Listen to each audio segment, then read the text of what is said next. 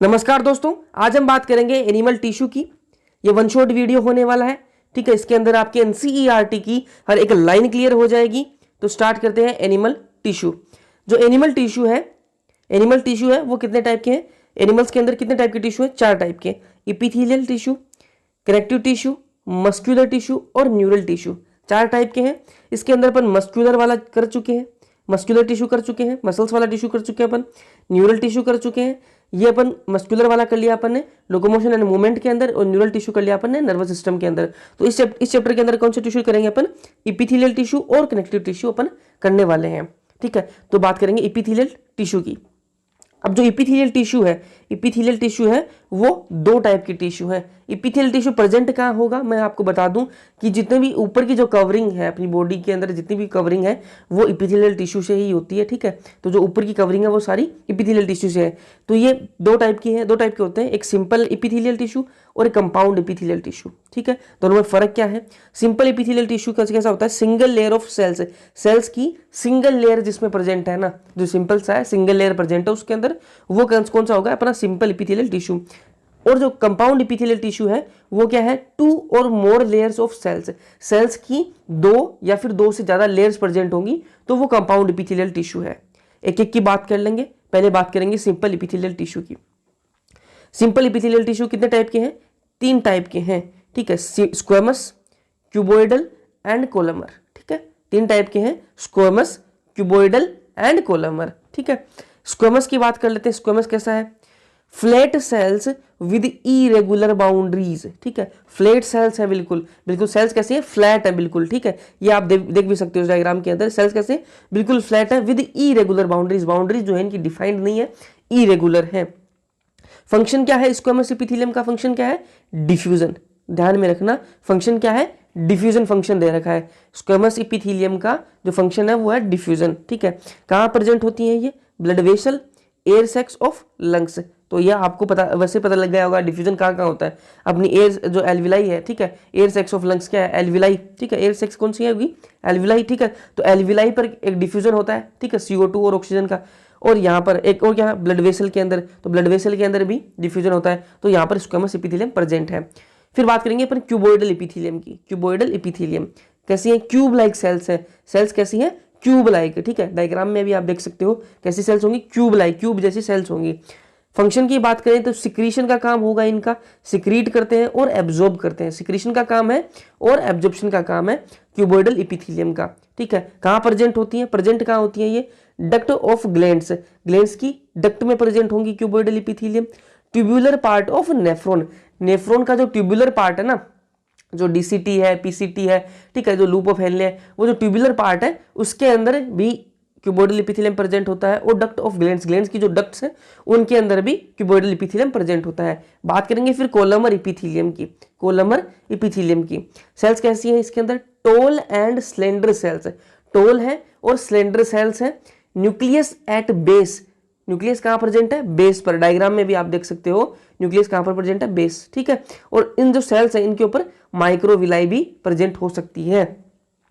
Function की बात करें तो सिक्रीशन और एब्जॉर्प्शन। फंक्शन कैसा है? सिक्रीशन और एब्जॉर्प्शन। ये जो कोलम और एपिथेलियम सेल्स हैं वो प्रेजेंट कहाँ होती हैं? स्टमक के अंदर और इंटेस्टाइन के अंदर। ध्यान में रखना, स्टमक और इंटेस्टाइन के अंदर ये प्रेजेंट होती हैं। ठीक है, अब मैं आपको एक चीज बता दूं, सिंपल एपिथेलियम को आप ये जो स्क्वेमस सिंपल एपिथेलियम है इसको आप ये समझो कि ये इसका ये इतना ही पार्ट है। ठीक है, सिंपल है और स्क्वेमस एपिथेलियम क्या काम करता है? डिफ्यूजन का काम करता है। ब्लड वेसल के अंदर डिफ्यूजन अपन ने देखा है। ठीक है, क्योंकि देखो एल्विलाई पर जो ऑक्सीजन जो O2 का जो लेन देन होता है, ऑक्सीजन और CO2 का, ठीक है, ऑक्सीजन और CO2 का जो लेन देन होता है वो किस के बीच में होता है? ब्लड वेसल और एल्विलाई के बीच में। ठीक है, तो इन दोनों पे डिफ्यूजन प्रेजेंट है। तो ये कहाँ पर? स्क्वेमस जो एपिथेलियम है ये एयर सैक्स और ब्लड वेसल के अंदर प्रेजेंट है।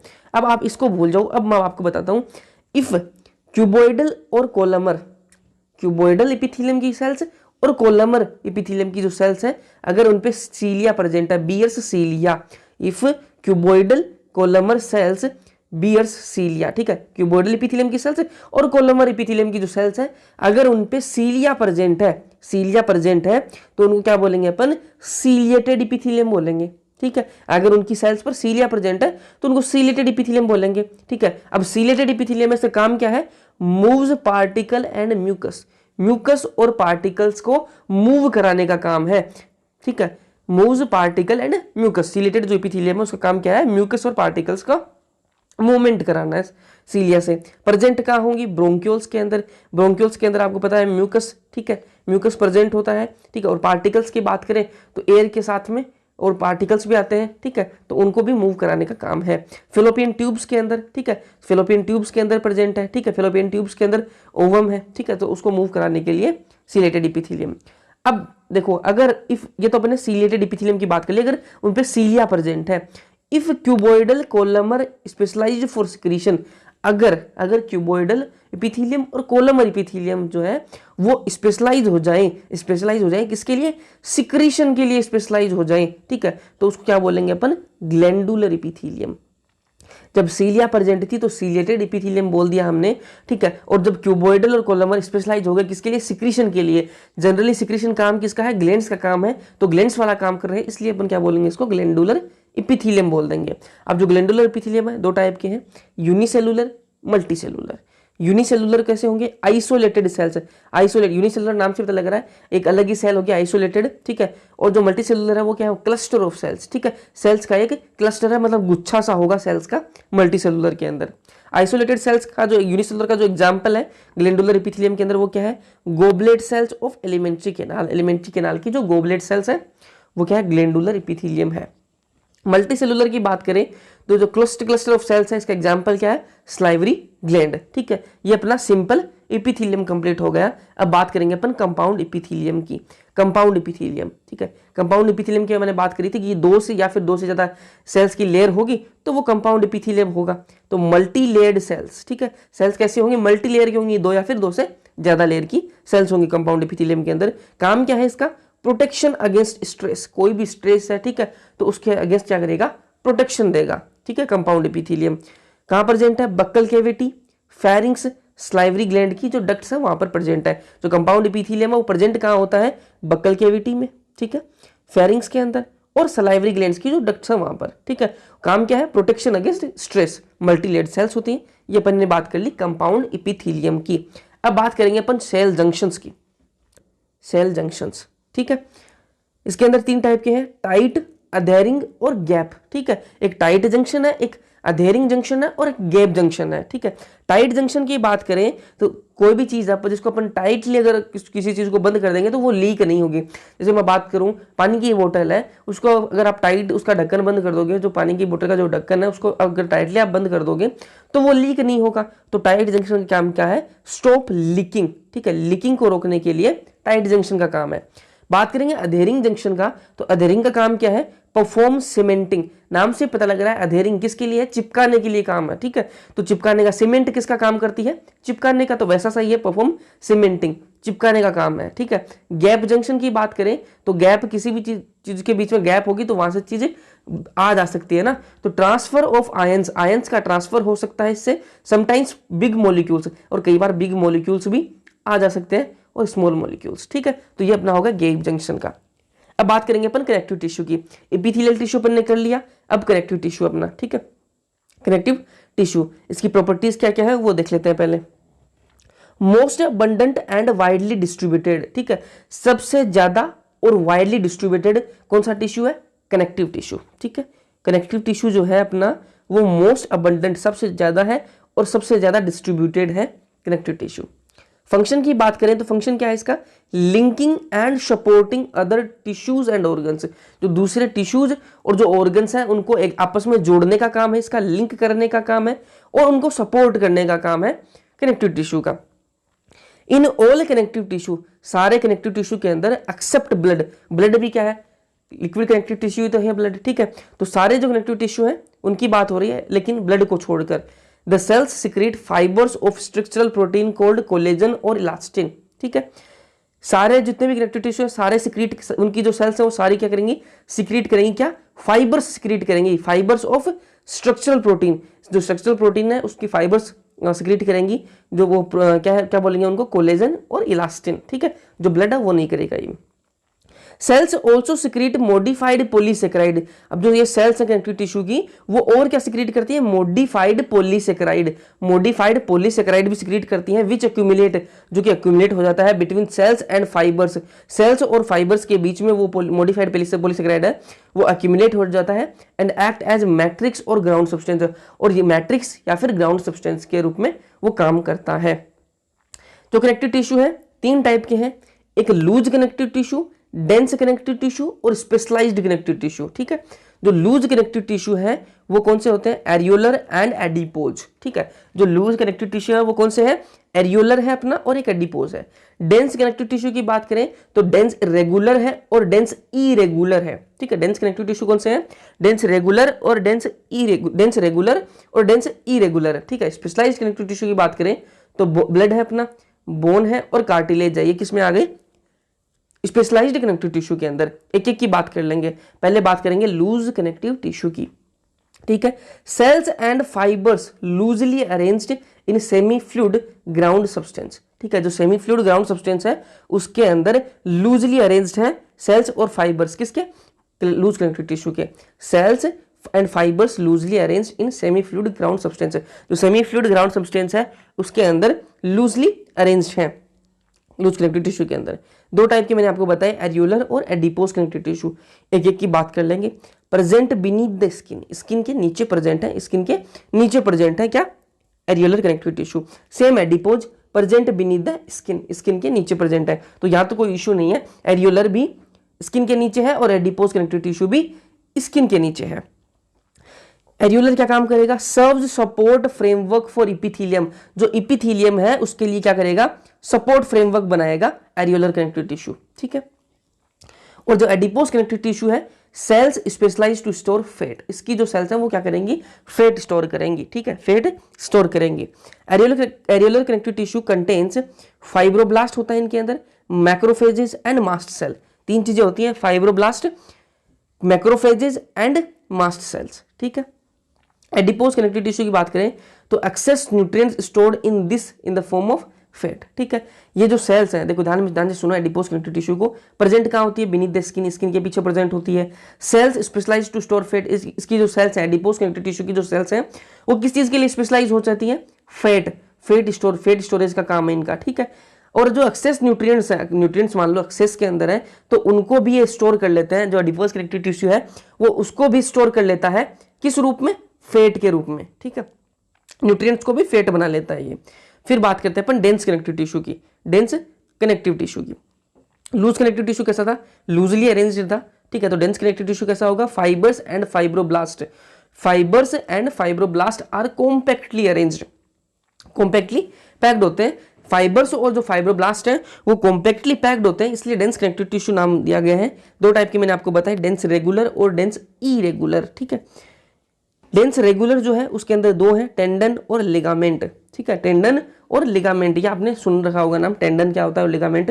ठीक है, तो मैं आपको बता दूंगा। और डेंस इरेगुलर के अंदर क्या है? स्किन आता है। ठीक है, डेंस इरेगुलर का मतलब क्या है? इसके अंदर ऐसा अरेंजमेंट होगा, इरेगुलर अरेंजमेंट होगा, कोई अरेंजमेंट फिक्स्ड नहीं होगा। लेकिन रेगुलर के अंदर अरेंजमेंट फिक्स्ड होगा, तो ऐसा कुछ होता है। टेंडन की बात करें तो बोन को मसल्स से जो जोड़ेगा, मसल से जो जोड़ेगा, ठीक है, बोन को मसल से जो जोड़ेगा वो क्या होगा? टेंडन। ठीक है, और बोन को बोन से जो जोड़ेगा, बोन को बोन से जो जोड़ेगा वो क्या होता है? लिगामेंट। ठीक है, अब इसको कंफ्यूज बहुत होता है कि टेंडन में फिर अपन भूल जाते हैं कि यार बोन को बोन से कौन सा जोड़ता है, बोन को मसल से कौन सा जोड़ता है। तो मैं इसके लिए आपको एक ट्रिक बता दूं। ट्रिक क्या है? बबली। ठीक है, बबली। ठीक है, किसी का नाम है बबली। ठीक है, तो बी का मतलब क्या है? बोन। ठीक है, बी का मतलब क्या है? बोन। ठीक है, और ली का मतलब क्या है? लिगामेंट। ठीक है, लिगामेंट।